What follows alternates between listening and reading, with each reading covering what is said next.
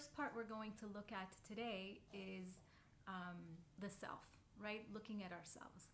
How do I show up? How do I show up in my child's life? How do I show up as a mom? How do I show up as a dad? How do I show up as me in my everyday life?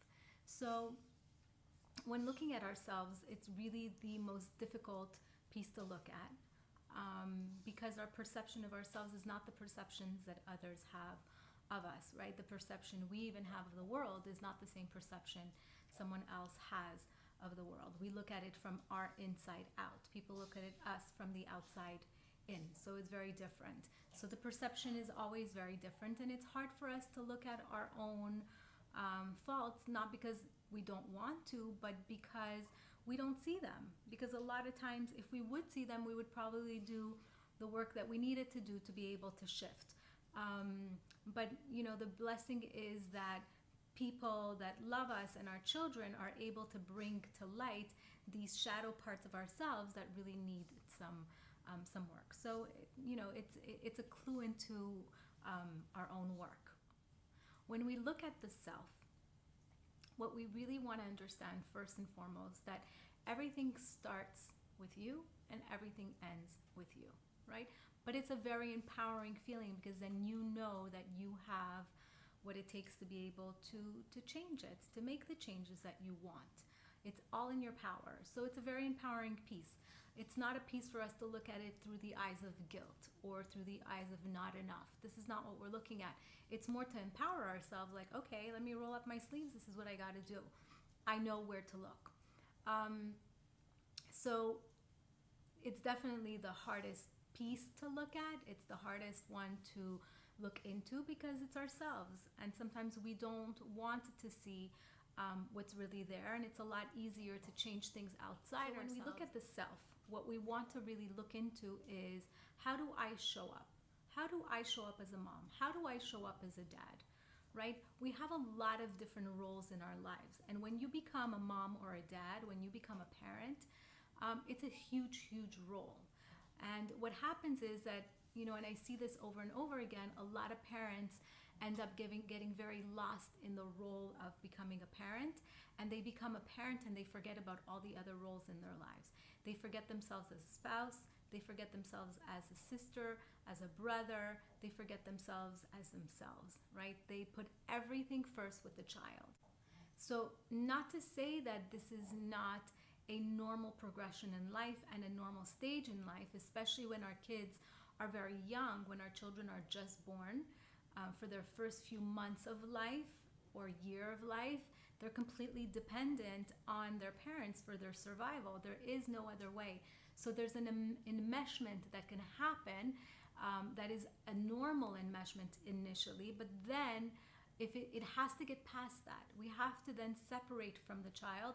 The child is not you and you are not the child, right? A child comes through you and the child does not belong to you, but your child is with you. And again, the child is with you but does not belong to you.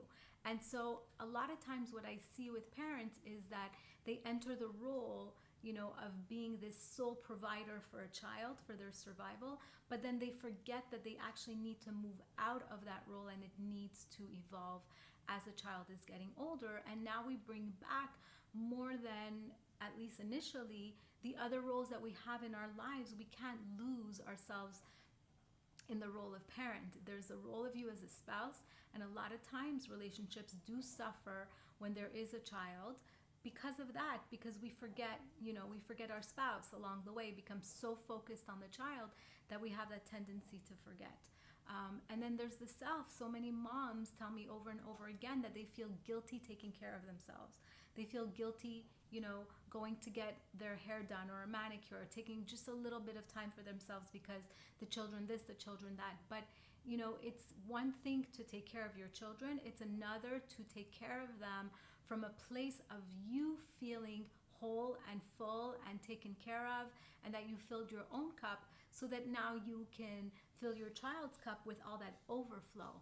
Not that you're trying to fill them from empty and then you feel even more empty, right? And then we get all the guilt, and I can't do this and I can't do that. I can't leave them. I can't go away. I can't, take some time for myself. How could I go to the gym? How could I go out with friends? My children need me, right? So all these things that go on in our minds, but at the end of the day, it's a role that we have that also needs to be satisfied. We cannot just find satisfaction with our role as a caretaker, because then the other relationship in our lives suffer. I want to look at a few points when it comes to the self that we want to really look at when we enter our role as a parent. So the first thing you want is to connect with yourself. That's first and foremost. I think the greatest gift that you can give your child is the gift of your own alignment.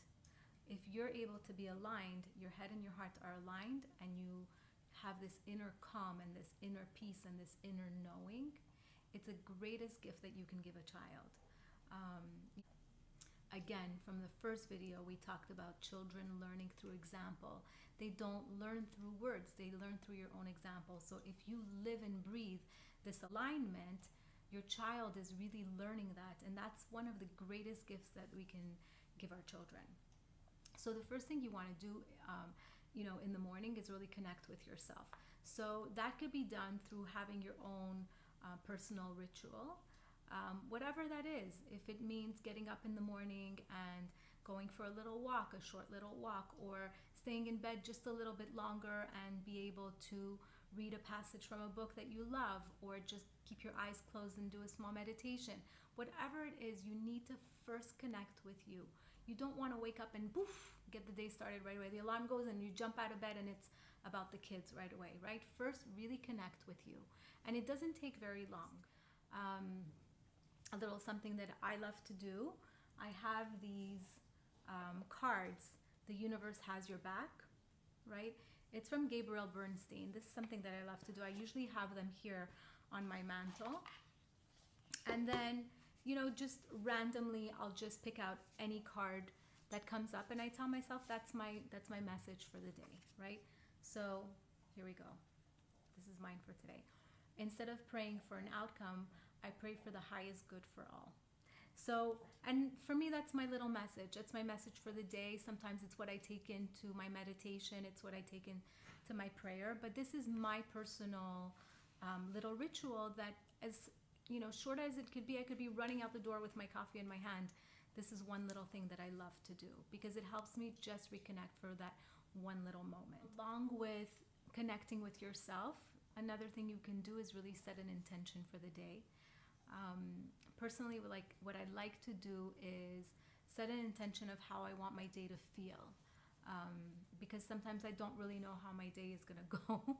Really, there's always something new coming at us, and this is the world. This is our life these days. So I go for what my intention is. Usually, how do I want to feel that day? How do I want my day to feel? And setting an intention is something important, because anytime we set our mind to something, that's usually where we're drawn into going. Along with that, you can set some goals, and I definitely have my weekly goals of things that I need to do, but I don't want it to be done with the stress of like a checklist, right? It's more for you to have a plan. Whenever we have a general plan, things usually run more smoothly, but at the same time, you really want to surrender to whatever happens, to the what is. You don't want to get all stressed out about this plan that you're making and that it's not working out, and now you're really frustrated that the plan is not going. If it's not going, go with the flow, right? A lot of times just going with the flow is the one thing that takes away the anxiety from everything. And especially when you've planned in advance and something just turns the other way, I think the biggest lesson I've learned in my life is that when I do that, when I think I'm going in one direction and that I get turned a complete 180 somewhere else, that's when I just sit back and I just observe. And I tell myself, all right, I'm being pulled in a different direction that I really wasn't seeing, no matter how much I planned for it, but it's taking me somewhere. So again, you surrender to the moment. That's something really important. And when we work with our children, when we play with our children, you can plan. Of course you plan. We have kids, we have to plan. Planning is really important, but there's also a huge piece of surrender. So I also want you to ask yourself, how do I look to my children, right? Do I look calm?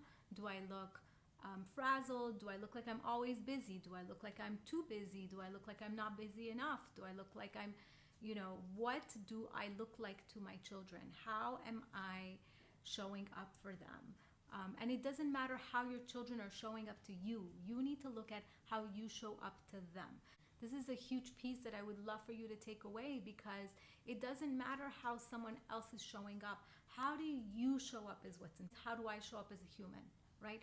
I ask myself that question all the time. How do I show up as a sister? How do I show up as a daughter? How do I show up as a therapist for my kids? How do I show up? And that's what's really important. Forget anything else around you. How do I show up?